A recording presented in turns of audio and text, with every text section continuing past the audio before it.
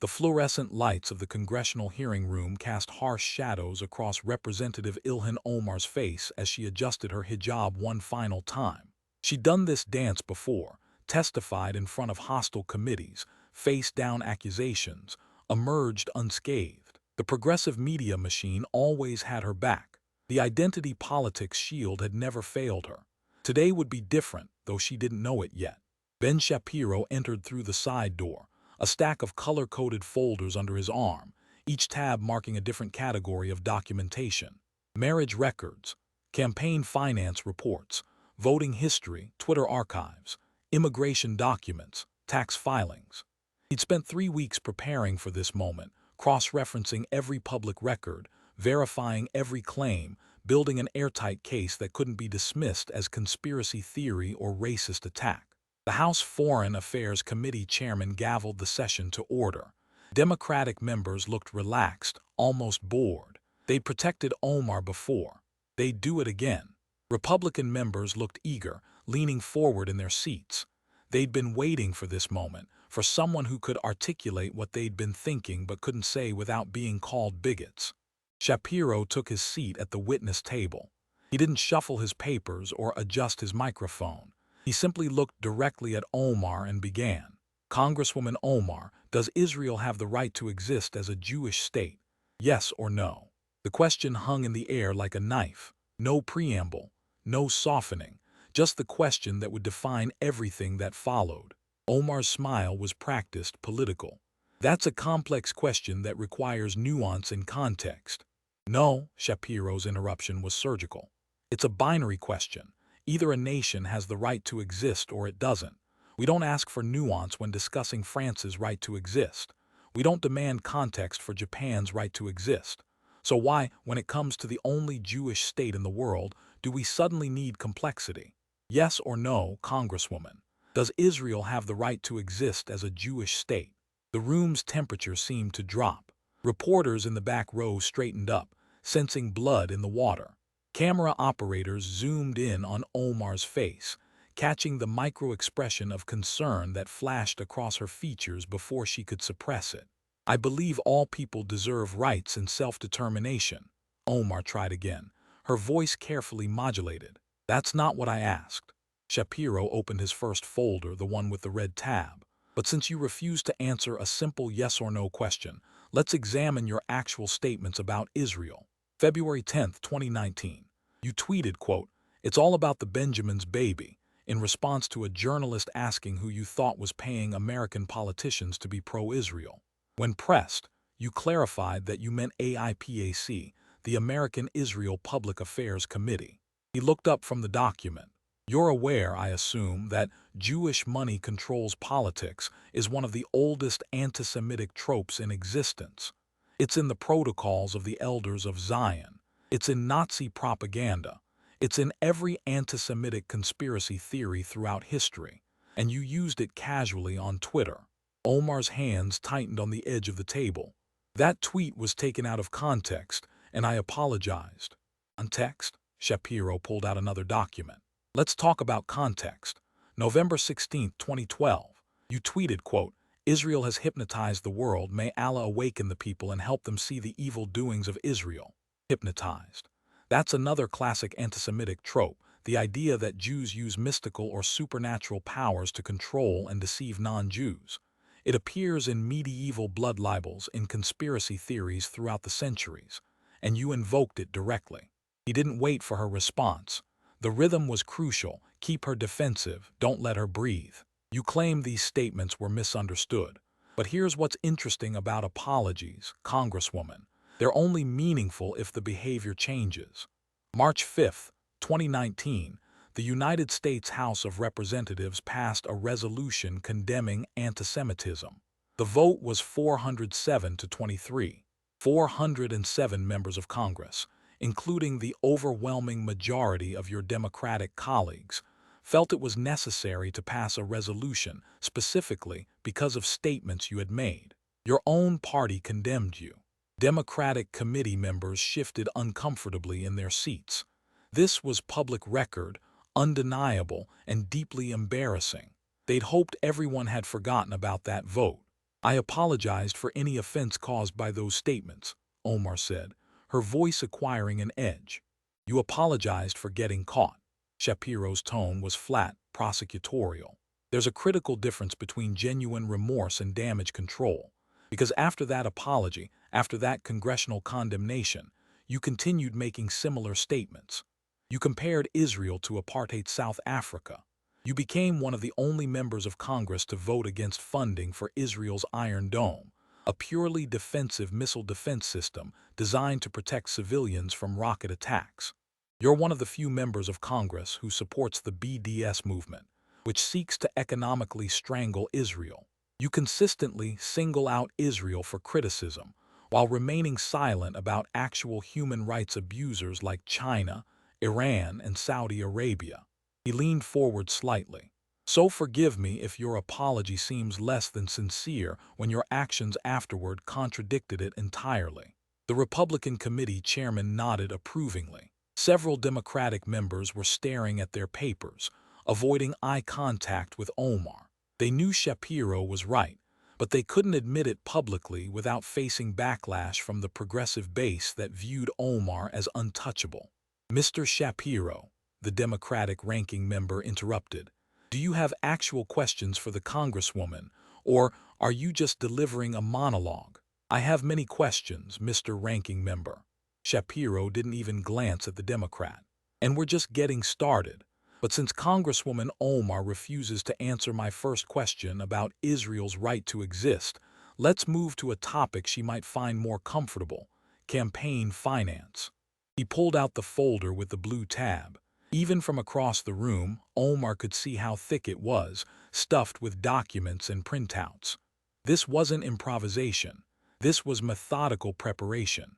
Congresswoman Omar, between 2018 and 2022, your campaign committee paid a consulting firm called E Street Group approximately $2.8 million. That's $2,800,000. Can you explain to this committee what specific services E Street Group provided that justified such an extraordinary payment? Omar's expression remained carefully neutral, but her hands betrayed her, gripping the table's edge with whitening knuckles. E Street Group provided strategic consulting services, which is standard practice in political campaigns. Strategic consulting. Shapiro repeated the phrase slowly as if tasting it. Let me provide some additional context. E Street Group is owned and operated by Tim Minott. Tim Minott is your husband. You married him in March 2020, but your campaign began paying his firm in 2018 when he was still married to someone else. In fact, his ex-wife, Dr. Bate Minott, filed for divorce specifically citing his affair with you as the grounds. The divorce filing is public record. The room erupted in murmurs. Several journalists in the gallery began typing furiously on their laptops. This timeline had been reported before, but never laid out so clearly, so publicly, with such precision. I resent the implication of impropriety, Omar began, her voice rising. I'm not implying anything, Congresswoman. Shapiro's tone was ice. I'm stating facts based on public records that you yourself filed with the Federal Election Commission and Minnesota's Campaign Finance Board. Let me break down these payments year by year, because the pattern is fascinating. He held up a spreadsheet, angling it so the cameras could capture it.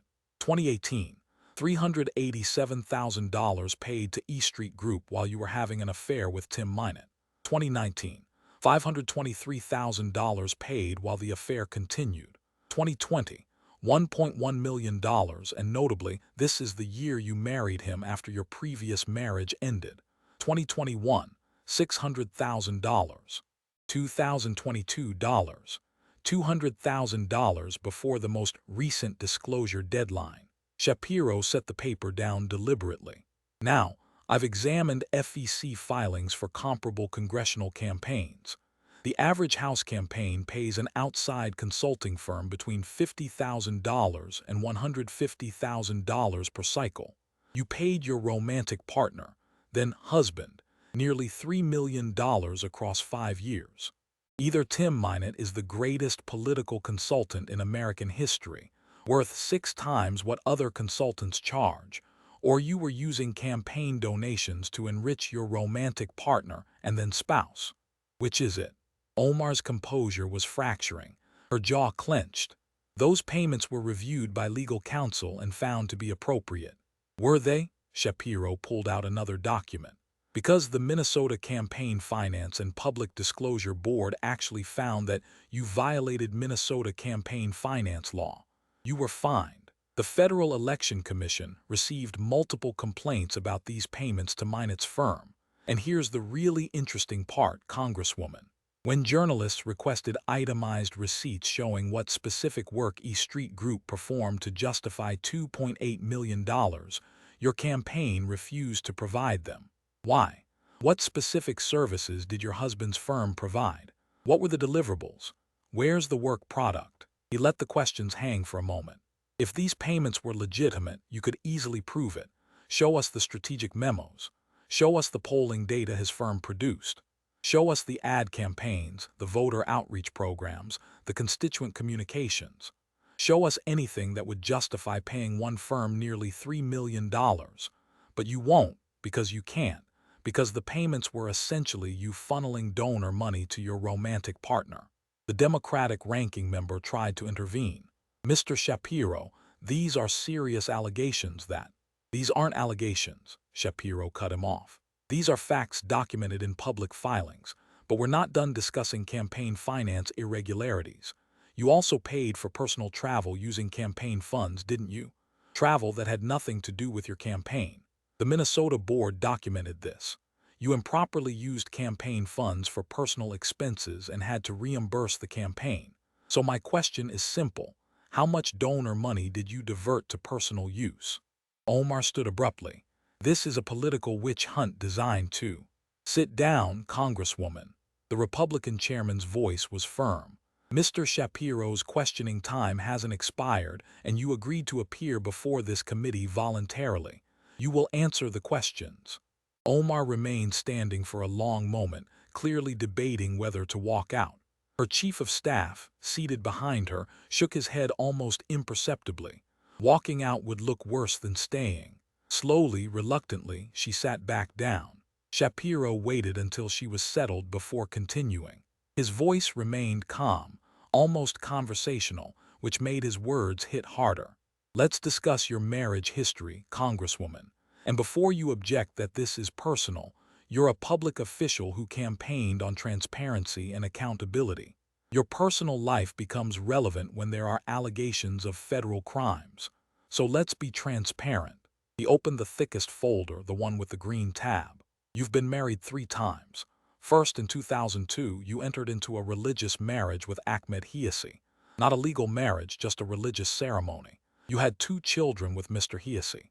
Then in 2008, you separated from Hiasi. In 2009, you legally married Ahmed Nursaid Elmi. In 2017, you legally divorced Elmi. In 2018, you legally married Hiasi, your first husband. Then in 2019, you separated from Hiasi again. And in 2020, you married Tim Minot. That's quite a complicated romantic timeline. Omar's expression had gone stony. My personal relationships are not the business of this committee. They become the business of federal law enforcement when there are credible allegations of immigration fraud, Shapiro said. And the room went completely silent. Every camera in the room zoomed in. Every reporter leaned forward. This was the allegation that had been whispered about for years but never fully investigated, never fully articulated in a public forum with this level of documentation. Let's talk about Ahmed Nursaid Elmi, the man you legally married in 2009.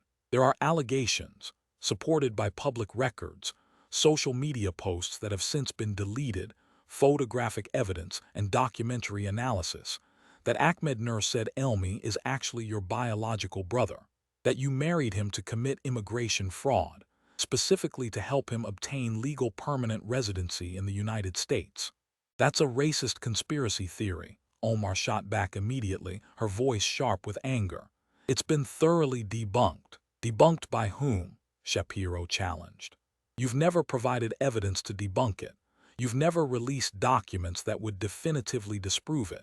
You've never submitted to DNA testing. You've refused to provide documentation about your family relationships. So let's examine what we actually know from public records, and then you can explain why these records are wrong. He began ticking points off on his fingers, his speech accelerating into the characteristic rapid-fire delivery that had made him famous. 1. Ahmed Nursaid Elmi is a British citizen who needed immigration status to remain in the United States. 2. You married him in 2009, which would have provided him a direct path to a green card and eventual citizenship. 3. During your entire legal marriage to Elmi, from 2009 to 2017, you were actually living with Ahmed Hiasi, your first husband. You had a third child with Hiasi in 2012 while still legally married to Elmi. 4. You filed joint tax returns with Hiasi during years when you were legally married to Elmi. That's tax fraud. The state of Minnesota actually found that you violated state tax law because of this, and you had to pay back tax credits you illegally obtained. That's not a conspiracy theory. That's a matter of public record. He pulled out a series of photographs and held them up. 5. Social media posts from that period, many of which have since been deleted but were archived, show Elmi attending your college graduation, at family gatherings, living at addresses you were using. The digital forensics are clear. 6. Public records show both you and Elmi listing the same father's name on official documents. 7. After Elmi obtained his immigration status, the marriage effectively ended. You divorced him in 2017. 8.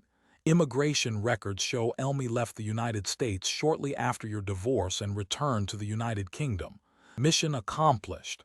Status obtained. Shapiro leaned forward, his eyes locked on Omar. Now, here's where it gets really interesting. Investigative journalists have analyzed photographs of you and Elmi. There are striking physical similarities. The timeline aligns perfectly with a classic immigration fraud scheme. Marry a family member to get them immigration status. Maintain the appearance of a legitimate marriage long enough for them to obtain permanent residency, then divorce once they have it. Multiple journalists have investigated this and found exactly what I'm describing in public records. Do you have proof? Omar demanded. Show me definitive proof that Elmi is my brother. I have access to the same public records that any investigative journalist has, Shapiro replied. What I don't have access to, Congresswoman, are your private family records. Your original birth certificate from Somalia, Elmi's original birth certificate from Somalia, DNA test results, your father's identification documents, your family tree, documents that would definitively prove or disprove these allegations. He paused for effect. You know who does have access to those documents? You. You could release them tomorrow. You could take a DNA test with Ahmed Nursaid Elmi and make the results public. You could provide documentary evidence of your father's identity and Elmi's father's identity that would prove you're not siblings. You could show immigration officials your family records. You could provide testimony under oath about your relationship with Elmi. Another pause, longer this time. But you don't. Instead, you hide behind words like conspiracy theory and racist attack. You deflect. You accuse your accusers of bigotry. You refuse to provide evidence. And that makes reasonable people ask, if these allegations are false, if this is all a racist smear campaign, why not simply prove it? Why not release the documents? What are you hiding? The silence in the room was absolute.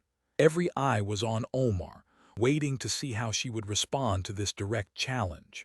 I will not dignify these racist, Islamophobic conspiracy theories with a response, she finally said, but her voice lacked its usual conviction. Racist? Shapiro's tone sharpened like a blade. I'm citing public marriage records, immigration documents, tax filings that the state of Minnesota found to be fraudulent, social media posts, photographs, timelines. These are facts, Congresswoman. Facts don't have a race. Facts don't have a religion. And hiding behind accusations of racism when confronted with documented evidence is exactly what's wrong with American political discourse today. You weaponize your identity to shield yourself from accountability. He gathered his papers, stacking them neatly. Let me be absolutely clear about what we're discussing here. If someone fraudulently married a family member to circumvent immigration law, that's a federal felony. If someone filed fraudulent tax returns, that's a federal crime. If someone lied on immigration applications, that's a federal crime. These aren't trivial matters. These aren't political disagreements. These are potential federal crimes. And the fact that you refuse to provide simple documentation to clear your name speaks volumes. Republican committee members looked vindicated, nodding emphatically. Democratic members looked trapped, unable to defend Omar without appearing to condone potential fraud, but unwilling to condemn her without fracturing their progressive coalition. They stared at their papers, hoping someone would change the subject. "Mr. Chairman," the Democratic ranking member tried, "I think we should move on from these unsubstantiated." "Actually," Shapiro interrupted, "I'd like to address one more topic before we move on.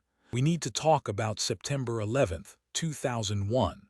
The room's atmosphere shifted immediately. This was dangerous territory, and everyone in the room knew it. Several Democratic members actually looked up from their papers, alarm visible on their faces.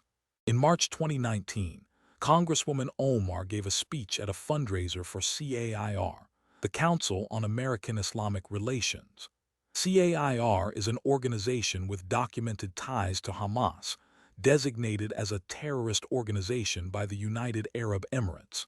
At this event, speaking about civil liberties and Islamophobia, Congresswoman Omar said, and I'm quoting directly from the video recording, "CAIR was founded after 9/11 because they recognized that some people did something, and that all of us were starting to lose access to our civil liberties." Shapiro looked up from his notes, his expression hard as stone. "Some people did something. That's how you describe the September 11th terrorist attacks. Some people did something. 19 Islamic terrorists hijacked 4 commercial airplanes. They murdered 2,977 innocent Americans. They traumatized an entire nation. They sparked 2 decades of warfare. And you described it as some people did something." He pulled out his phone and held it up. "I have the video right here. Would you like me to play it for the committee?" "That statement was taken wildly out of context," Omar protested, her voice rising in pitch. "No, Congresswoman, the context makes it worse, not better." Shapiro's words came faster now, more forceful. "You were talking about how Muslims in America supposedly lost civil liberties after 9/11. Your entire framing positioned Muslims as the primary victims of September 11th, not the nearly 3,000 people who were murdered, not the first responders who died trying to save them, not the families who lost loved ones, not the firefighters who developed cancer from the toxic dust. Muslims who faced increased security scrutiny because members of their faith had just committed the worst terrorist attack in American history." He set his phone down. "Let me show you something." He pulled out a tablet and tapped the screen. "This is footage of firefighters from New York City watching your 'some people did something' comment when it first circulated. Watch their faces. These are men who lost brothers on that day. Men who still attend funerals of colleagues dying from 9/11-related illnesses 20 years later. And you minimize their sacrifice, their loss, their trauma to 'some people did something.'" The video played for 15 seconds. The firefighters' expressions of disgust and outrage were visceral, even on the small screen. "You never expressed sympathy for the victims," Shapiro continued, his voice dropping to a lower, more intense register. "You never acknowledged their suffering. Your entire focus was on how Muslims faced scrutiny afterward. And this fits a pattern, doesn't it? You've described the United States as an oppressor nation. You've defended authoritarian regimes that commit actual human rights atrocities. You've compared American soldiers to terrorists. You've expressed more sympathy for Hamas than for Israeli civilians being murdered by Hamas rockets." He pulled out another document. "In fact, there's video from a Minnesota DFL event where you explicitly stated that your job is to represent Somali interests in Congress. Somalia, not Minnesota's interests, not America's interests. Somalia. You said your role as a congresswoman was to ensure that Somalia benefits from American foreign policy, not your constituents in Minneapolis. Somalia. I represent the Somali American community in my district," Omar tried to explain. "You represent Minnesota's 5th congressional district," Shapiro corrected sharply. "According to census data, That district is only about 8% Somali American. What about the other 92%? What about the Americans of European descent, of East African descent who aren't Somali, the Hispanic Americans, the Asian Americans, the African Americans? Are you their representative, or are you Somalia's representative in the United States Congress? He didn't wait for an answer. This is the fundamental question underlying everything we've discussed today. When you make anti-Semitic statements and then claim criticism is Islamophobic, when you minimize 9/11, when you attack America while defending its enemies, when you vote against measures to combat terrorism, when you prioritize Somalia over America, people have to ask, whose side are you on? You're questioning my loyalty to America, Omar said, her voice sharp with anger. That's a classic anti-immigrant attack. You question your own loyalty, Shapiro shot back, his voice rising for the first time. Nobody forced you to say some people did something about 9/11. Nobody forced you to vote against condemning Hamas.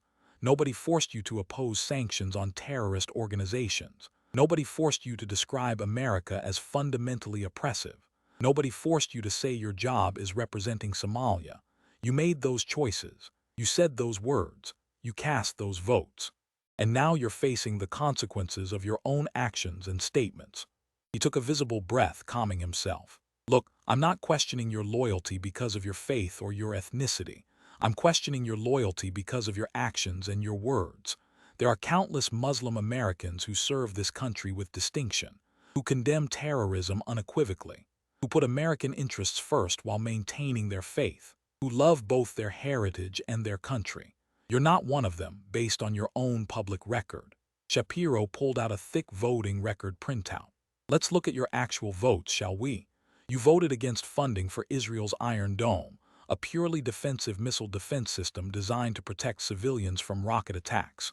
You voted against sanctions on Iran, the world's leading state sponsor of terrorism. You voted against classifying the Houthis, an Iranian proxy force, as a terrorist organization. You voted against condemning the BDS movement. You consistently vote against defense spending. You supported the defund the police movement. You opposed secure borders and immigration enforcement. He held up the paper. This isn't cherry-picking. This is a comprehensive pattern. And it's not a pattern of someone who prioritizes American security or American interests. It's a pattern of someone whose ideology is fundamentally opposed to American foreign policy, American defense, and American law enforcement. Republican committee members were nodding vigorously. Now even some Democratic members looked troubled, though they remained carefully silent. But let's talk about the hypocrisy, Shapiro continued, shifting gears. You fled Somalia as a child because of violence, poverty, and oppression under a failed socialist regime. You came to America as a refugee. America took you in. America gave you safety, opportunity, freedom. America gave you an education. America elected you to Congress. And what do you do once you're here? You advocate for the same socialist policies that destroyed Somalia. You attack the very capitalist system that gave you refuge and opportunity. You live in luxury while preaching about oppression. He pulled out real estate records. You live in a high-end apartment in Washington, D.C. Your financial disclosure forms show assets in the hundreds of thousands of dollars. You wear designer clothing. I'm not criticizing your success, Congresswoman. I'm pointing out the staggering disconnect between your rhetoric about America being oppressive and your very comfortable lifestyle. You've benefited enormously from American capitalism while advocating for its destruction. You've prospered in America while condemning America. You live like a capitalist while preaching socialism. Shapiro leaned back slightly. And the money, you rail against money in politics, against corporate influence, against wealthy donors buying access. And then your campaign takes millions from progressive PACs, pays your husband millions, uses donor funds for personal expenses. You are exactly what you claim to oppose. You've mastered the art of do as I say, not as I do. He set his papers down and looked directly at Omar, his expression intense. So here's what I see, Congresswoman. I see someone who made potentially fraudulent marriage arrangements for immigration purposes and then refused to provide evidence to disprove the allegations. I see someone who systematically misused campaign funds to enrich romantic partners and then stonewalled accountability measures. I see someone who makes anti-Semitic statements using classic tropes and then hides behind identity politics when called out. I see someone who minimizes terrorism against Americans while defending terrorist organizations. I see someone who prioritizes foreign interests over American interests. I see someone who fled socialism but advocates for it in her adopted country. I see someone who lives in luxury while preaching about oppression and systemic injustice. His voice dropped lower, becoming more intense. But most of all, I see someone who has weaponized victimhood. You use your identity as a Muslim woman of color, as an immigrant, as a refugee, as a shield against legitimate criticism. Any question about your conduct becomes Islamophobic. Any scrutiny of your statements becomes racist. Any examination of your record becomes an attack on immigrants. You've mastered the art of deflection through accusations of bigotry. And it works. It works because our political culture is absolutely terrified of being called racist. It works because the media gives you preferential treatment. It works because your party protects you to maintain their progressive coalition. He gathered his documents. But here's the thing about facts, Congresswoman. They don't care about your feelings. They don't care about your identity. They don't care about accusations of racism or Islamophobia or any other ism or phobia you want to invoke. Facts just are. And the facts about your conduct, your statements, your votes, and your financial dealings are damning. Shapiro straightened his papers into a neat stack. So I'm going to give you an opportunity right now. An opportunity to prove me wrong. It's very simple. Release your marriage records from Somalia. Take a DNA test with Ahmed Nursaid Elmi and make the results public. Provide itemized receipts for every dollar your campaign paid to your husband's consulting firm, showing specific work product. Condemn Hamas by name, without equivocation or both sidesism. Apologize meaningfully for the "some people did something" comment. Not a defensive apology, but a genuine one that acknowledges why it was so offensive to so many Americans. Put American interests first in your votes and your public statements. Stop attacking America and start defending it. He paused, letting each point land. Do those things, Congresswoman, and I will be the first person to publicly apologize for questioning you today. I will admit I was wrong. I will praise your accountability, but we both know you won't do those things. You won't because you can't, because the allegations are true, or at least true enough that you can't risk the documentation seeing daylight. Because you don't actually condemn Hamas, because you don't actually put America first, because genuine accountability would destroy the victim narrative you've built your entire political career on. The silence that followed was deafening.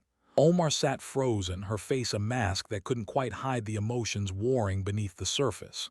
Fury, fear, calculation, the recognition that she was trapped. Finally, she stood up abruptly, pushing her chair back. I don't have to sit here and listen to this racism and Islamophobia.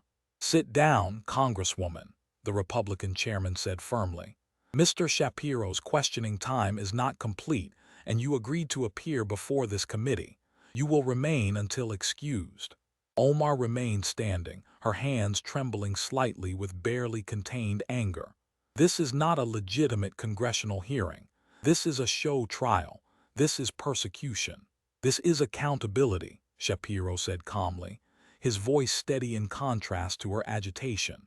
This is what happens when someone finally asks you direct questions and demands direct answers instead of letting you filibuster with victim rhetoric and progressive talking points. You're not being persecuted, Congresswoman. You're being questioned. There's a profound difference. The Democratic ranking member tried to intervene. Mr. Chairman, I really think we should take a recess too. No recess, the Republican chairman overruled him immediately. The Republicans had the majority and they weren't going to let Omar escape. Mr. Shapiro, do you have any final questions for the Congresswoman? Just one, Mr. Chairman. Shapiro looked directly at Omar, who was still standing, clearly preparing to walk out. Congresswoman Omar, if you are innocent of the allegations we've discussed today, the marriage fraud, the campaign finance violations, the anti-Semitism, the anti-American sentiment. If you're innocent, why not simply provide the evidence that would exonerate you? Why not release the documents? Why not take the DNA test? Why not show the itemized receipts for your husband's consulting work? Why not provide your family's birth certificates? He spread his hands. It's such a simple solution. If I'm wrong, prove it.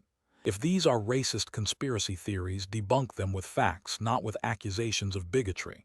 If you're being unfairly maligned, clear your name with documentation. Any innocent person would do exactly that. The fact that you won't, that you refuse, that you deflect, that you attack anyone who asks these questions, that tells us everything we need to know. Shapiro closed his folders with deliberate finality. I have no more questions, Mr. Chairman. I think the Congresswoman's refusal to answer, her refusal to provide documentation, and her immediate resort to accusations of racism speak more eloquently than any testimony could. He sat down. Omar stood frozen for several seconds, her expression cycling through fury, humiliation, and what looked unmistakably like fear. Then, without a word, she turned and strode toward the exit. Her staffers scrambled to gather papers and follow her. "Congresswoman, you cannot just leave," the Democratic ranking member called after her. "We're in the middle of your testimony." But she was already gone, the heavy door closing behind her with a resounding thud that echoed through the shocked silence of the hearing room. For a long moment, nobody moved. Nobody spoke. The cameras captured it all. The empty chair where Omar had been sitting, the scattered papers on the witness table, Shapiro calmly organizing his folders, the stunned expressions on committee members' faces. Then the room exploded. Republicans were on their feet, some applauding openly. Democrats huddled together in frantic whispered conversations, clearly panicking about the optics of Omar walking out. Reporters bolted for the exits, racing to file stories. Camera operators checked their footage, making sure they'd captured every moment of what would clearly become a historic confrontation. Shapiro remained seated, methodically returning each document to its color-coded folder. The slight smile at the corners of his mouth suggested he'd accomplished exactly what he'd intended. He'd asked questions that demanded answers. He'd cited facts that couldn't be dismissed as opinion. He'd maintained composure while his opponent lost hers. He'd forced Omar to choose between answering and looking guilty, and she'd chosen to walk out, which was perhaps the most damning choice of all.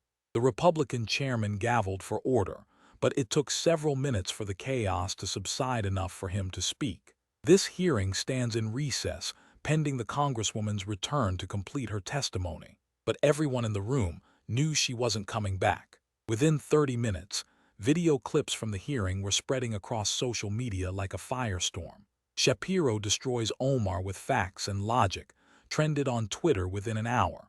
"Omar walks out when confronted with evidence," was the top story on conservative news sites within 2 hours. By evening, the confrontation had generated over 50 million views across various platforms. The mainstream media couldn't ignore it. Even outlets typically sympathetic to Omar had to cover the hearing, because the video was going viral anyway, shared by millions of Americans who'd watched Shapiro systematically dismantle her defenses. Their coverage was defensive, trying desperately to frame the hearing as a racist attack, but they couldn't avoid reporting what Shapiro had actually said, and viewers could watch the full video themselves and draw their own conclusions. CNN ran a segment titled, "Was the Omar hearing fair?" But even their sympathetic panelists had to acknowledge that Shapiro had cited public records and asked legitimate questions. MSNBC invited Omar to respond, but her appearance was a disaster. She repeated her claims of racism but couldn't provide documentation to refute Shapiro's specific allegations. She looked evasive, defensive, exactly how someone with something to hide would look. Fox News ran the full hearing footage in prime time. Tucker Carlson dedicated his opening monologue to it. Sean Hannity brought on legal experts who explained the federal crimes involved in immigration fraud and campaign finance violations. Every conservative podcast dissected the confrontation moment by moment, praising Shapiro's preparation and execution. The Daily Wire, Shapiro's own media company, published a comprehensive article with links to every document he'd referenced. The FEC filings showing payments to Minot's firm, the Minnesota Campaign Finance Board findings, the tax violation records, the marriage licenses, the voting record, the video of the "some people did something" comment. Everything was sourced, verified, available for anyone to examine.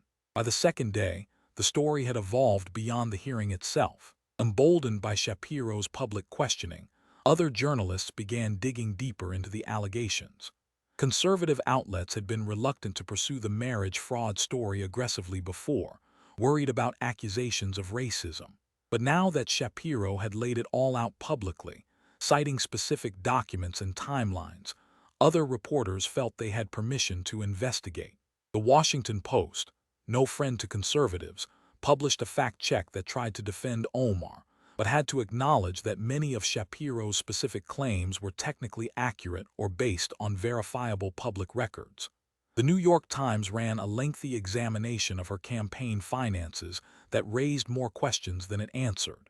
Even NPR did a segment on the allegations, treating them more seriously than they ever had before. Conservative media was jubilant. The confrontation had given them exactly what they'd been craving, a moment when facts triumphed over identity politics, when documentation overcame deflection, when someone finally held a progressive icon accountable without being successfully smeared as a bigot.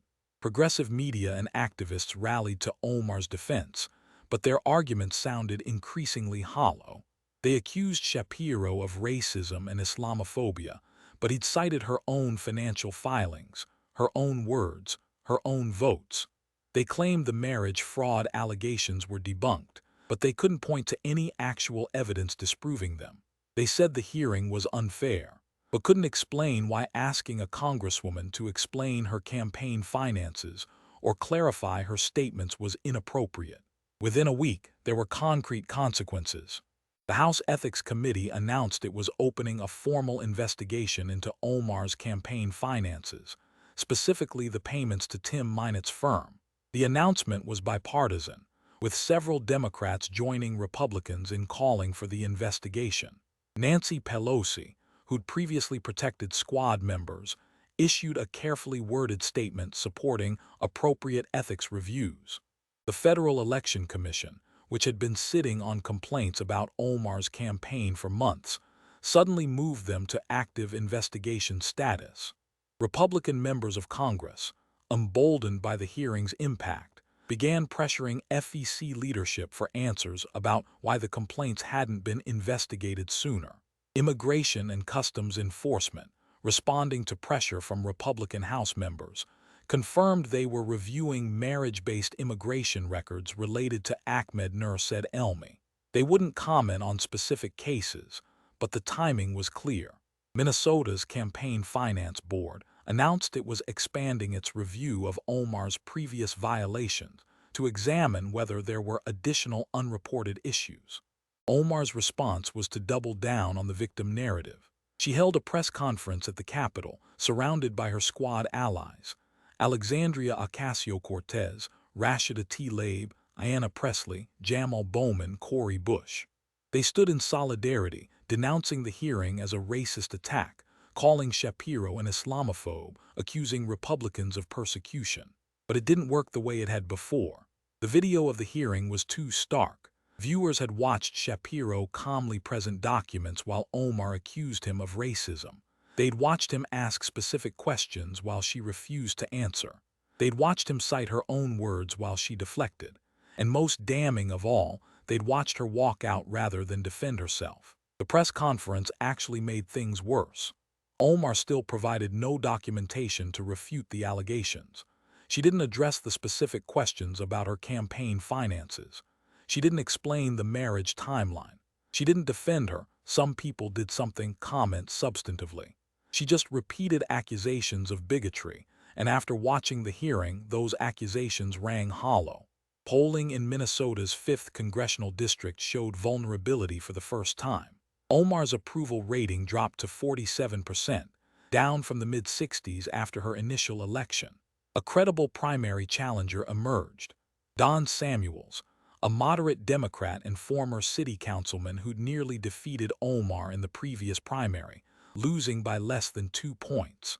Samuels ran ads featuring clips from the Shapiro hearing, asking simply, "Shouldn't our representative answer these questions? Shouldn't she provide the documentation? Shouldn't she put America first?" The ads were devastatingly effective because they used Omar's own evasive responses and Shapiro's calm questions. There was no editorializing needed. National Democratic leaders found themselves in an impossible position. Defending Omar meant appearing to condone anti-Semitism, potential fraud, and anti-American rhetoric. But abandoning her meant fracturing the progressive coalition that they needed to maintain party unity and turnout. They chose silence, which was its own form of abandonment. Progressive media tried to rally support for Omar, but even they seemed half-hearted. Outlets that had previously celebrated her as a trailblazer now ran defensive pieces about the complicated politics of criticism and navigating difficult questions. They couldn't bring themselves to abandon her completely, but they also couldn't convincingly defend her. Within 2 weeks of the hearing, Omar lost her committee assignments. The House voted to remove her from the Foreign Affairs Committee, where she'd been a controversial voice on Middle East policy. The vote was bipartisan. All Republicans voted for removal, and crucially, 17 Democrats joined them. The Democrats who voted against her were mostly from swing districts, facing tough re-election battles, unable to defend keeping her on the committee after the hearing. Even Nancy Pelosi, master of holding her caucus together, couldn't save Omar this time. Pelosi had previously protected squad members, viewing them as an important part of the Democratic coalition. But the Shapiro hearing had changed the calculation. Defending Omar now carried too high a political cost. Major donors fled. Progressive PACs that had poured money into Omar's campaigns quietly stopped.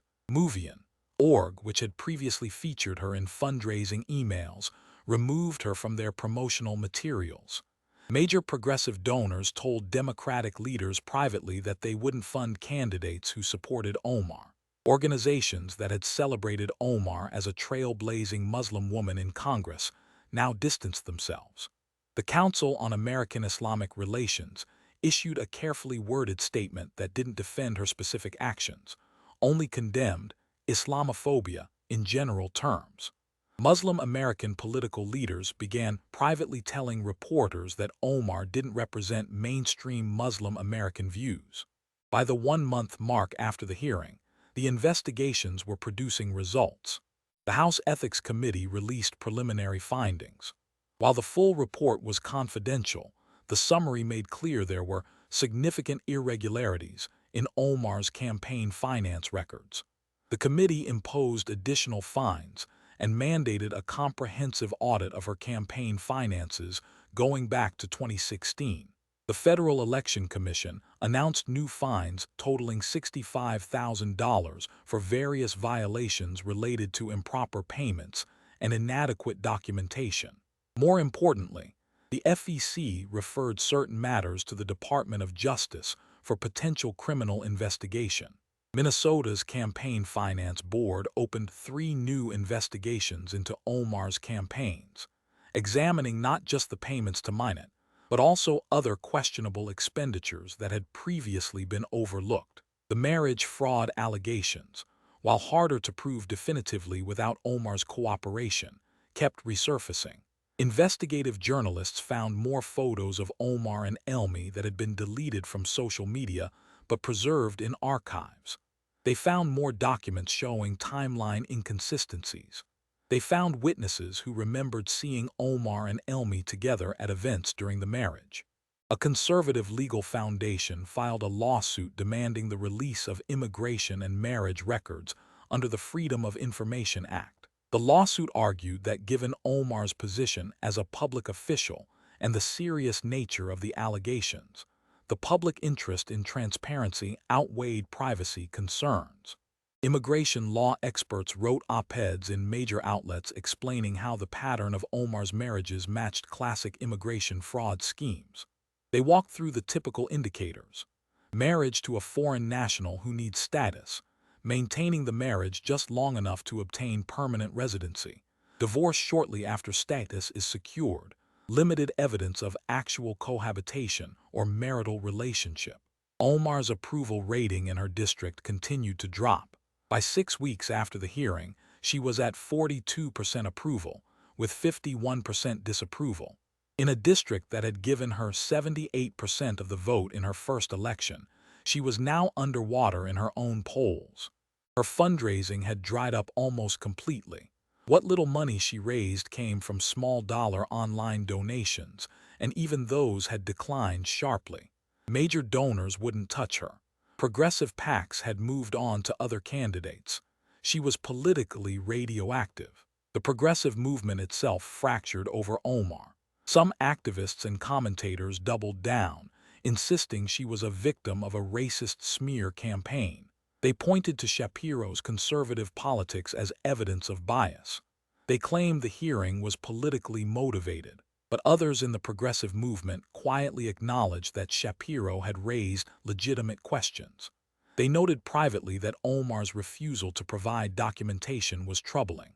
They worried that defending her was hurting the broader progressive cause. A few brave progressive voices even wrote articles suggesting that maybe, just maybe, the movement should have higher standards for its representatives. The squad itself began to fracture. Alexandria Ocasio-Cortez, ever mindful of her own political brand, started distancing herself from Omar.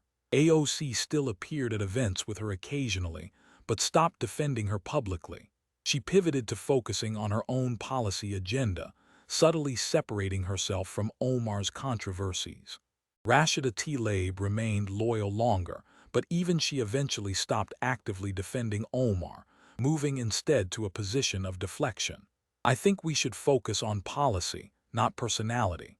Other squad members faced their own dilemmas.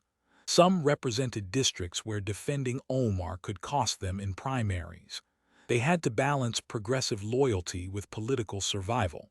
Conservative commentators studied the Shapiro-Omar hearing like a masterclass in political confrontation.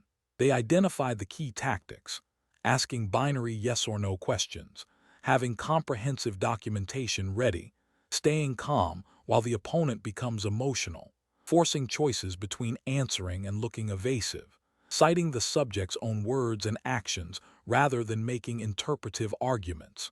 Other conservative commentators began adopting similar approaches when interviewing progressive politicians. The era of letting progressives filibuster with victim rhetoric was ending. Now, there were receipts. Now, there were specific questions demanding specific answers. Republican candidates across the country began running ads featuring the hearing. They used it to position themselves as the kind of leaders who would demand accountability. "I'll ask the tough questions" became a common campaign slogan, often accompanied by images from the Shapiro-Omar confrontation. The hearing became a template for how conservatives could challenge progressive politicians without being successfully labeled as bigots. The key was documentation, facts, public records, the person's own words and votes. It was much harder to cry racism when someone was literally reading your own financial filings back to you. Progressive groups, meanwhile, had to reckon with an uncomfortable truth. Omar had been vulnerable to these allegations because some of them appeared to be true, or at least true enough that she couldn't provide evidence to disprove them. It forced a painful internal conversation about vetting candidates and whether identity representation mattered more than ethical conduct. For the Jewish American community, the hearing was deeply cathartic. For years, many Jewish Americans had felt that anti-Semitism from progressive politicians was being ignored or excused. They'd watched Omar make statements that evoked classic anti-Semitic tropes and seen the media and Democratic leadership defend her or minimize the significance. Now, finally, someone had confronted her directly. Shapiro, an Orthodox Jew, had articulated what many Jewish Americans felt: that Omar's statements weren't just criticism of Israeli government policies, but actual anti-Semitism using age-old stereotypes about Jewish money and power. Major Jewish organizations issued statements praising the hearing. The Anti-Defamation League, which had previously been criticized for being too soft on left-wing anti-Semitism, released a statement noting that Rep. Omar's refusal to address serious questions about her statements creates understandable concern in the Jewish community. For the Muslim American community, the impact was more complex and divided. Many Muslim American leaders were actually quietly relieved to see Omar challenged. They felt she'd become a controversial figure whose actions didn't represent mainstream Muslim American values. They worried she was giving ammunition to actual Islamophobes by confirming stereotypes about Muslims being sympathetic to terrorism or not loyal to America. These Muslim American leaders began speaking out more forcefully, distancing their community from Omar's specific statements and votes. They emphasized that Muslim Americans serve in the military, in law enforcement, in government, as loyal Americans who condemn terrorism. They argued that Omar was an outlier, not representative. Other Muslim Americans felt the hearing was indeed Islamophobic, that Omar was being held to a different standard than white Christian politicians. They pointed to the intensity of the scrutiny, the nature of the questions, the forum itself as evidence of bias. The Muslim American community found itself having difficult internal conversations about representation, about what it meant to have Muslim voices in Congress, about whether Omar's presence was ultimately helpful or harmful to Muslim Americans' political integration and acceptance. Immigration enforcement saw significant impacts. The Omar case, regardless of its ultimate outcome, highlighted how marriage-based immigration could potentially be exploited. ICE and USCIS began implementing more stringent verification requirements for marriage-based green card applications. Congress introduced legislation to strengthen marriage fraud detection and prosecution. The bills had bipartisan support, with even some Democrats acknowledging that the Omar case had revealed gaps in the system. Campaign finance reform advocates used the Omar case to push for stricter rules about payments to family members. Several states passed new laws explicitly limiting or banning campaign payments to spouses or close relatives. Some required detailed disclosure of what services family members provided to justify payments. The FEC proposed new rules requiring itemized receipts for payments exceeding certain thresholds to firms owned by family members.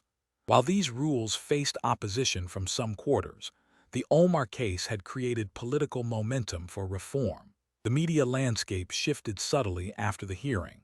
Mainstream outlets, which had been forced to cover the hearing despite their reluctance, became slightly more willing to report critically on progressive politicians. The protective bubble around squad members developed small but significant cracks.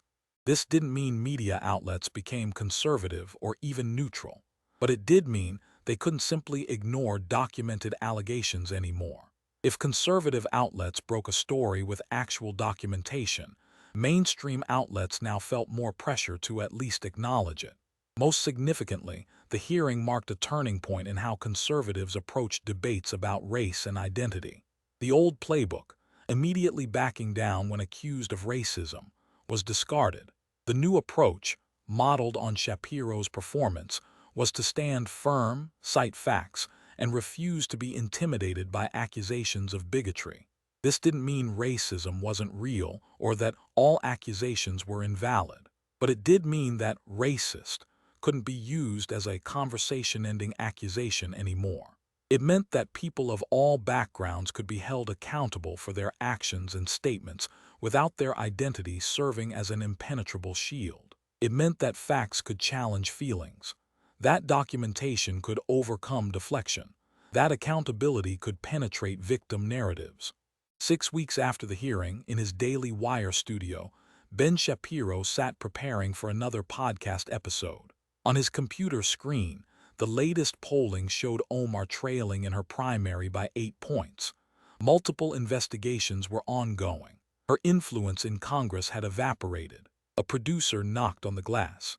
CNN wants you for a primetime town hall. They're finally willing to have you on after blocking you for years.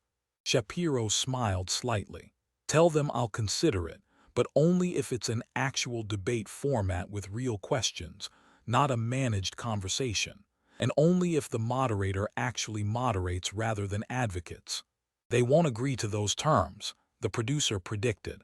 I know, Shapiro replied, which tells us everything we need to know about whether they're serious about real dialogue or just trying to boost ratings.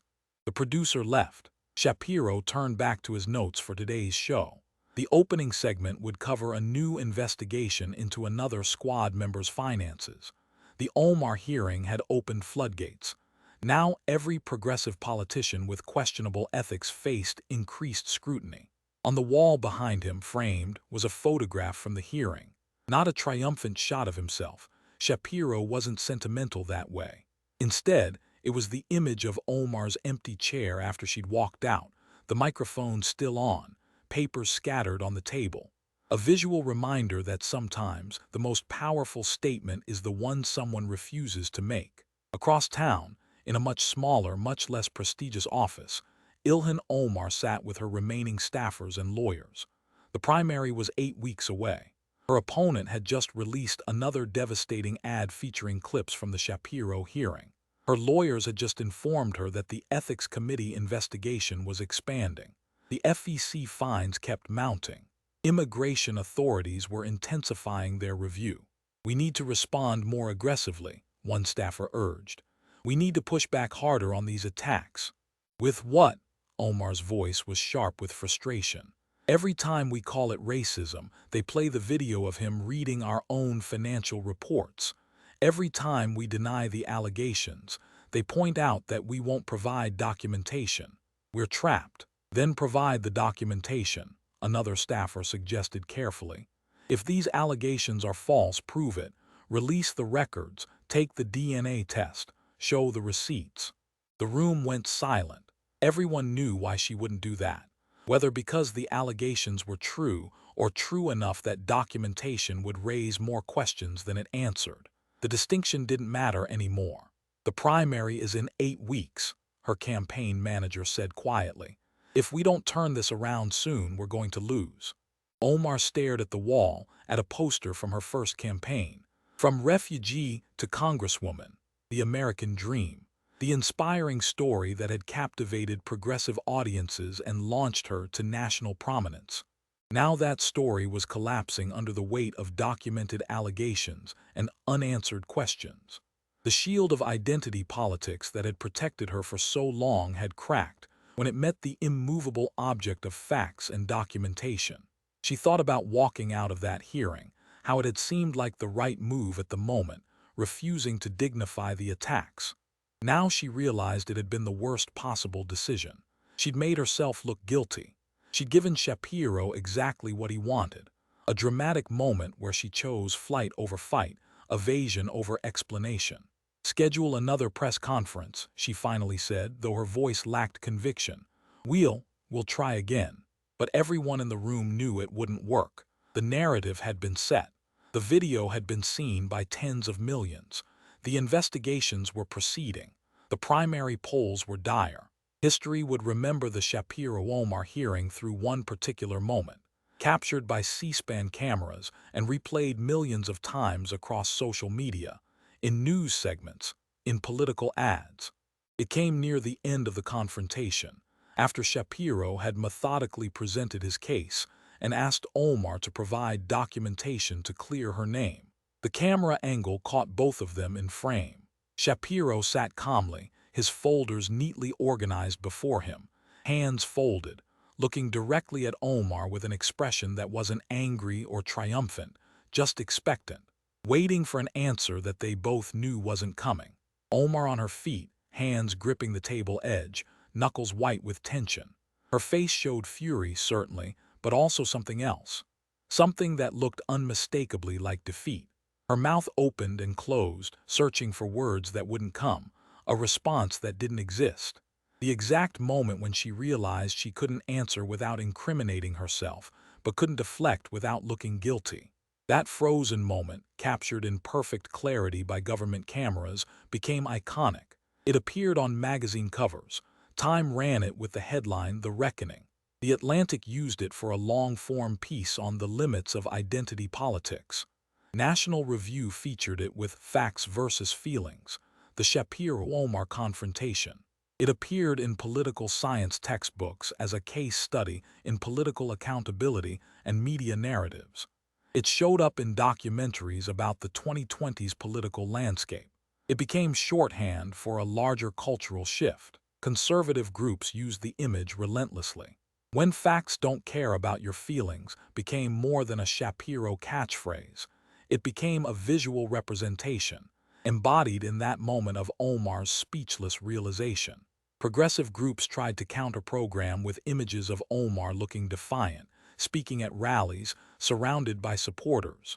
But they couldn't erase that moment. It was too stark, too visceral, too revealing. No amount of sympathetic framing could change what millions of Americans had seen: a politician unable to answer direct questions about her conduct. The image represented something larger than one hearing or one congresswoman. It captured the collision between two political philosophies, one that prioritized identity and viewed criticism through the lens of oppression, and one that prioritized accountability and viewed criticism through the lens of evidence. It showed what happened when someone refused to accept "that's racist" as the end of a conversation. What happened when documentation met deflection, when facts confronted feelings, when accountability penetrated victim narratives.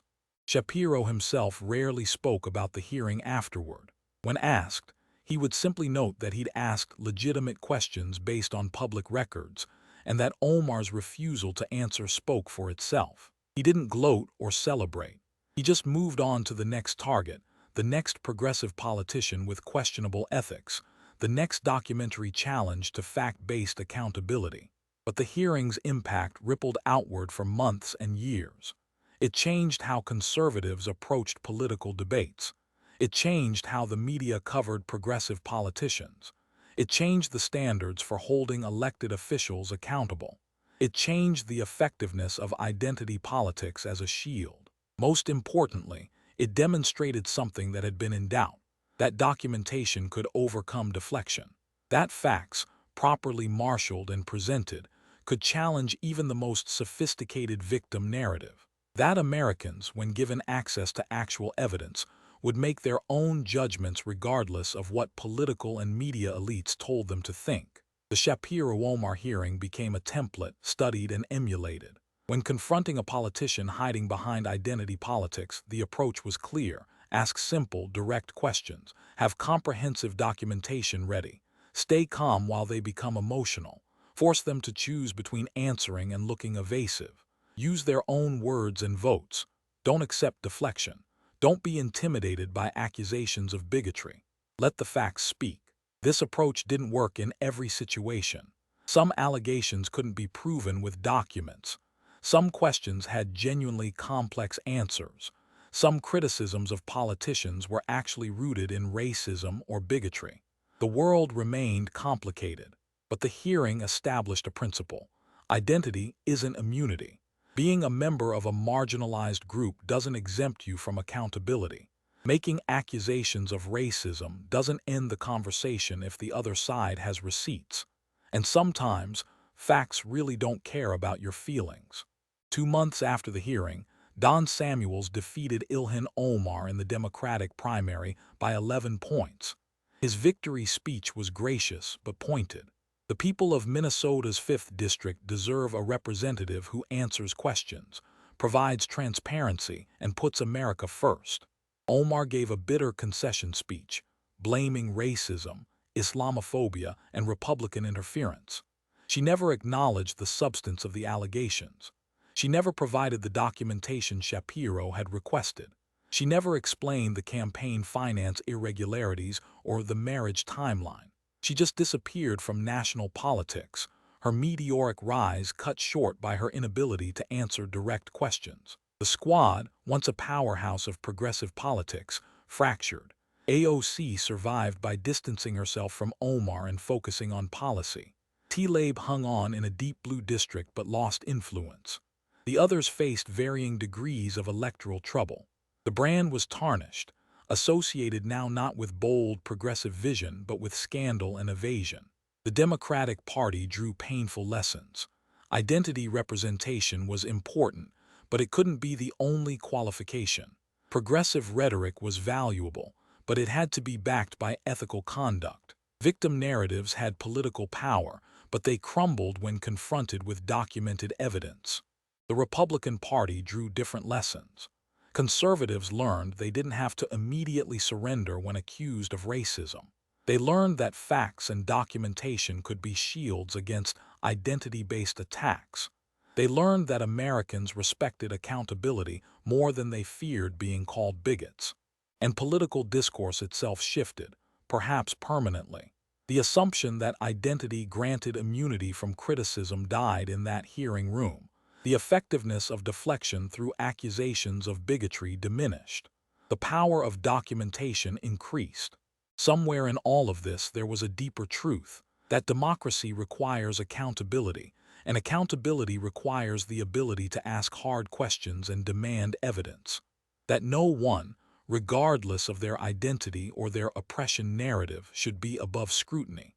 That facts matter, even in an age of feelings. The Shapiro Omar hearing didn't solve everything. Racism remained real. Islamophobia remained real. Legitimate criticism had to be distinguished from bigotry. The world remained complex and difficult, but the hearing established something important. That complexity couldn't be used as an excuse to avoid accountability. That nuance couldn't prevent questions. That identity couldn't serve as immunity. That at the end of the day, if you're a public official spending millions of dollars of campaign money, making statements about terrorism and Israel, casting votes that affect American security, you have to be able to answer questions about your conduct. And if you can't answer those questions, if you walk out instead of responding, if you deflect instead of providing documentation, if you accuse instead of explaining, then Americans will draw their own conclusions. That was the legacy of that hearing. Not that Shapiro destroyed Omar, though the headlines said that. Not that conservatives won and progressives lost, though that's how it was often framed. The real legacy was simpler and more profound. Facts mattered again. Questions demanded answers. Documentation trumped deflection. And accountability, the foundation of democratic governance, had been reasserted as a principle that transcended identity politics. Ben Shapiro had entered that hearing room with folders of documents and a series of direct questions. He'd left having changed the political landscape in ways that would echo for years. Not because he was particularly clever or ruthless, but because he'd done something simple, insisted on answers. And Ilhan Omar, who'd entered that hearing room confident in her immunity, her identity-based shield, her victim narrative, had walked out and never recovered.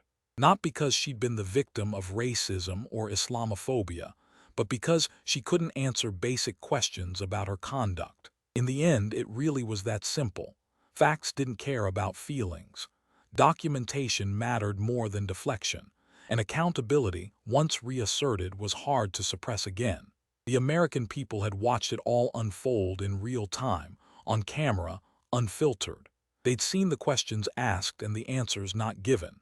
They'd seen the documents presented and the documentation not provided. They'd seen calm inquiry met with angry accusation. They'd seen facts confront feelings. And they'd drawn their own conclusions. That was democracy working. Messy, complicated, imperfect, but working, holding the powerful accountable, demanding transparency, insisting on answers. The Shapiro Omar hearing would be studied for decades, in political science classes, in media courses, in law schools. It would be cited in debates about political accountability. It would be referenced in discussions about identity politics. It would be analyzed for its tactics and its impact. But for the millions who watched it live, or in clips shared across social media, the meaning was clear without analysis.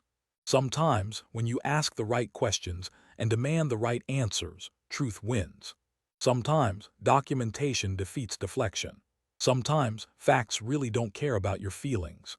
And sometimes, that's exactly how it should be.